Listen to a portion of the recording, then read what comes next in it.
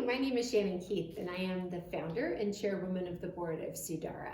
And this month, January, is Human Trafficking Awareness Month. And so I'm really encouraged to be in this conversation today with Margaret, the head of sales and revenue for Sudara, and my husband, Jeff Keith, who has an amazing organization, Guardian Group, that is fighting human trafficking. And really, it's not just about the month, it's a mindset and an education, and how do we look at human trafficking throughout the year, and how do we identify it. So I'm super excited for this conversation. So thank you, Margaret, for being here. Thank you both, I appreciate it. And thank you. It's a really, really important topic that we all need to learn a little bit more about. So we have two experts here, Shannon and Keith. Thank you so much for joining us to give us a little bit more insight into this.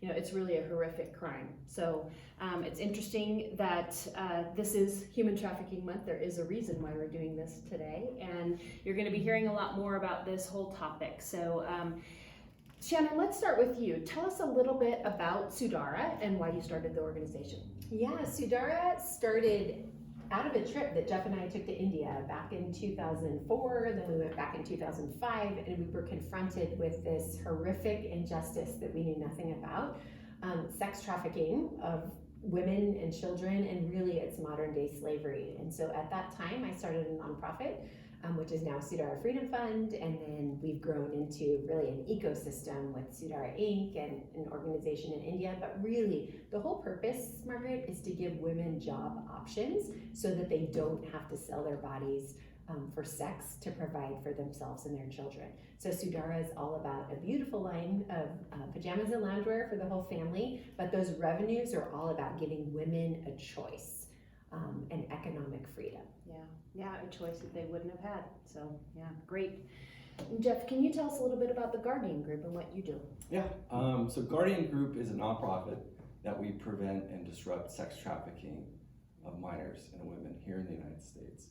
So that came about because we saw it firsthand in India, and we, at the time, this was about 8 to 10 years ago, realizing that we're doing an okay job overseas as a country, like fighting this, but we were not doing any job here in the United States. And so we started Guardian Group and really started finding our niche in that, and that would be, we have an offensive side and a defensive side. So our offensive side employs veterans of an elite unit in the military, and they've been trained overseas to go after terrorists, and we use those skill sets here to partner up with law enforcement. We provide free training, free specialized assistance when it comes to intelligence and sting support. And then we have a defensive side that's really proactive on educating and training sectors that intersect human trafficking, hospitality, medical field, first responders like firefighters. So we're kind of a force multiplier in this. Wow, interesting. Okay. So we've talked about human trafficking. Why don't you tell us as a community, give us a definition of what human trafficking is? Yeah, and I have to start off saying I hate the word human trafficking. I hate that because it really comes down to it's slavery. Mm-hmm. But as a country, we have said, what is human trafficking? It falls into either labor or sex trafficking. So it's an exchange of anything of value for either sex or labor, but it has to involve either a minor or it has to involve force, fraud, or coercion. And that happens, right now we're seeing that the average age of entry of sex trafficking, and we focus in on sex trafficking at Guardian Group, not on labor trafficking, but we know that the average age of entry is between 13 and 15. And that right now it's shocking, you know, and it crosses any race, any amount of money a family makes, where they live, it's across the whole United States. It's prevalent everywhere. Wow. Yeah. Shannon, so we know that human trafficking really is a worldwide problem. And the fastest growing crime in the world. It's just shocking and amazing. How does human trafficking happen in India? Yeah, it's slightly different than it happens here in the US, and Jeff will get to that. But in India, and that's a land of 1.3 billion people, and so really the common thread is abject poverty. And those at kind of the base or the bottom of the pyramid that have no other options, and so their families can be really poor and destitute, and some families actually sell their children to traffickers because they can't afford to feed them, and so they just kind of hope for the best. And I can't even imagine being in that situation. Others are born into it. So if you can imagine generational sex slavery that happens, so the mother is in the brothels, and now John is the father, and she has a baby, and that baby is destined to be in that same situation. So we're talking about generational sex slavery. There's also some cultural norms around temple prostitution, and so kind of as part of their religion and worship, that could be part of it. So it really is really the thread are those people who have no other options because they're the most vulnerable parts of society.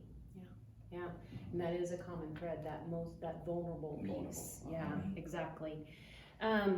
Jeff, how does sex trafficking happen here in the United States? And highlight a few things that we can do as a community when we see it, and what can we do to prevent it? There's some similarities to what happens here in the United States and overseas. You have that familial side of things, and it doesn't happen a lot, but you do have it where parents or grandparents are trafficking out their kids or grandkids, which is horrific. You do have the majority of them, it's going to come through the pimp culture. So, pimps are controlling and selling minors or even adults for sex online. So there's going to be a huge part of the pimp culture that allows that. We've kind of lifted that up in our community, saying, hey, pimps and hoes, and it's nothing to glamorize whatsoever. You also have gangs that are affiliated with it now. They're finding that it's a lot less risky, and you can make a lot more money trafficking people versus just trafficking weapons or drugs. Wow. And then the last thing is we see this in the homeless youth population, which is an at-risk population, where it's called survival sex. So they will sell, they'll give their sex for anything of value. So it could just be McDonald's, it could be something to wear, it could be toiletries. And so those are typically how it happens here in the United States. And that's why we kind of intersect as Guardian Group, we intersect all those different areas. So whether it's the hotels, we help train hotels. Whether it's the hospitals, that's where they're going to be showing up. Salons, they're going to get their nails done. So we find that anytime we can intersect and help prevent in those areas that they're going to show up has been really helpful. Unfortunately, the online presence of trafficking is huge because they will lure and exploit the girls online. So they'll trick them by pretending like they're a minor, like, hey, I'm a 14-year-old boy, when they're an adult. Or they meet up online, so there's these gaming systems are the same, online gaming, they do the same, or just chat rooms. So they do it, a lot of it's online. So it's kind of taken away from being on the street prostitutes, to being, and that's why you see such a significant increase in sex trafficking. My goodness. So how would I recognize trafficking here in the U.S., and what are some of the things I can do about it? And that's what we get asked a lot, and I think one of the things that would be helpful for everybody, all of your viewers, is to go to even our website, guardiangroup.org. We have a great suite of resources. So it's such a complex issue. So how a hotel employee sees it versus a community member sees it, but there are indicators, and usually those fall into, it's different than what we kind of have seen, been shown through the movies.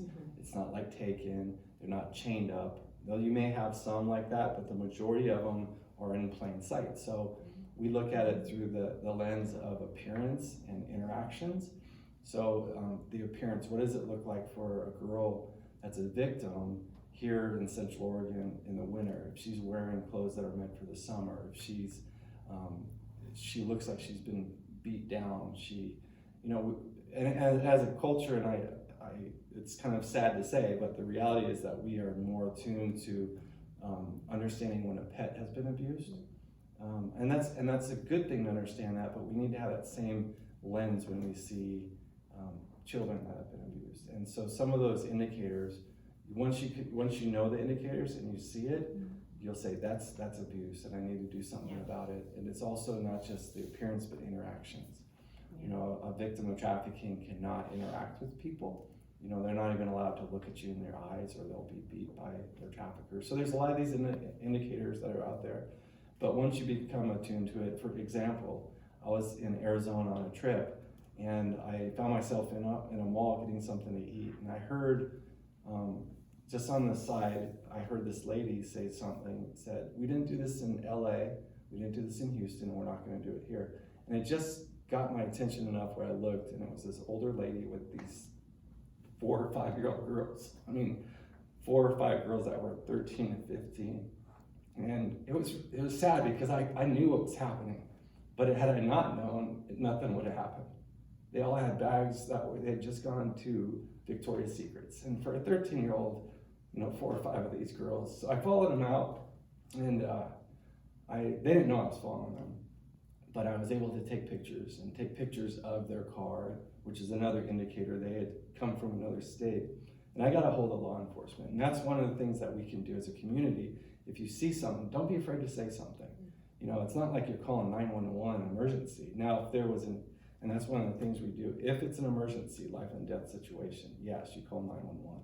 But we also have equipped our law enforcement around our country to understand when this happens. And it's growing. And so a 911 non-emergency phone number, we tell people to call. And that's what I did. So I met with him. They had enough information to go make an arrest and recovery of these girls. And then finally, one of the things that people need to know about is the 800 number. So there's an 800 number. It's the National Human Trafficking Hotline. It's 888-3737-888. And it's a great resource for either victims or families or friends of victims. Mm-hmm. And then they can call that number and get that help that they need. So. Yeah. That story is heartbreaking. I think maybe a first reaction from many people would have been to intervene. So why didn't you intervene, and why shouldn't we? That's a great question. You know, there have been times where I have intervened and it was necessary, but the majority of times people should not intervene. You put that victim in harm's way, because if you, it's just like a domestic violence happening, you're not going to jump in between a husband and wife. You don't know what happens behind closed doors once they're removed from the situation. Even if I got that girl out, it's very complex. The Stockholm syndrome that is there as well. So they're drawn sometimes to their trafficker, but you're just putting people in harm's way, including yourself. Mm-hmm. And that's, we don't suggest that whatsoever, unless it's an emergent situation, mm-hmm. You know, life and death, and that's, even then, I'd be very cautious about that. Shannon, so tell me, how can people support, Sudara's mission in fighting this worldwide epidemic? Yeah, thank you for that. It really is a systemic change and a mindset shift that we're looking towards. So with Sudara, it is about job creation and giving women that economic choice. Mm-hmm. And simply by shifting your dollars from spending monies on gifts in other ways, you can choose to support Sudara through buying products, pajamas and loungewear, that really do make a difference. And then other companies like Sudara, there are companies, freedom businesses, certified benefit corporations that are helping in lots of different ways. And so choosing to focus your dollars on companies that are doing good instead of creating harm makes a huge impact. It sounds trite, but it's not. It's really important. Mm-hmm. Yeah, good. Okay, let's see here. So, Jeff, let's just kind of recap some of those things that we've talked about here and how we can fight human trafficking and help in the fight. So, knowing those signs, and you gave us, theguardiangroup.org as a website and a reference. That's definitely a place where everybody needs to go and educate yourselves. When you do see something, call 911 in emergency cases. Please do that. Do not intervene on your own. There's also the National Human Trafficking Hotline, which is 888-3737-888. Say that one more time, 888-3737-888. So remember that number, write it down. And then when we look at the worldwide, we're looking to support those organizations and brands that are really working to bring the awareness and do something about it. So shift your dollars, because you have power. And you as a consumer can do something, and you don't have to get physically involved, which we don't encourage, but we do encourage you to shift those dollars. So Shannon, we were talking the other day, there are some things that you've done as a mother and you as a family. So share a little bit about how, you can work within your family and your own community has to raise awareness. Yeah, I think it's really important to bring the conversation to our children because we have young teenagers, and so it's going to be their peers that are being trafficked potentially at school, whether they're their immediate friends or just their classmates that they see. And so educating our kids and not scaring them, but empowering them with information to see the signs, to report it to their parents, to report it to teachers, school staff. It's really going to be a game changer because they're the ones in the schools that are seeing what's going on. And also to donate, to organizations like the Guardian Group and Sudara Freedom Fund. Our kids, they want to make a difference. They're activists. This next generation, the millennials and Gen Z, really want to make a difference. And so they're already, getting behind causes. And so getting them involved, whether it's through their lemonade stand or through their birthday party donations, they want to stand behind causes. And so giving them those options to support organizations fighting human trafficking is really important. Yeah, that's great. Jeff, anything additional you can add to that? Yeah, I would say, it's this discussion, this topic it's a hard one to have with our community, with people. We have it all the time, whether we're doing trainings or whether we're doing talks or whatever, having coffee with somebody. But I think once we start not normalizing it, but normalizing the solution. Like, let's stop admiring the problem. We talk about the problem so much that we just get stuck there. And it's okay for us to create and be the next generation. What does it look like to create solutions? We did not have a model at Guardian Group when we started this, and I want this for the next generation. How are they going to stop this problem? And I think once we get the community behind it and consumers behind it, where they're searching and seeking out hotels, for instance, that have been trained. Once there's a demand enough, then everyone's going to start being trained, and it starts. You're going to start seeing strip clubs getting shut down. You're going to start seeing pornography being less of an issue. You're going to start seeing social changes, and that's why both of our organizations and the people that we have on our team believe in the cause so much that they're willing to say whatever it takes to make a systemic change, not just like, hey, this is 5 years from now and then we're out of it. No, it's like this. We want the whole shift to start taking place in our lifetime. Yeah, exactly, in our lifetime. Good point. Well, thank you both very much for helping to raise awareness and educating us. And now that we know more, we can't hide from this anymore. So you have to be a part of the change and not a part of the problem. So thank you for joining us today.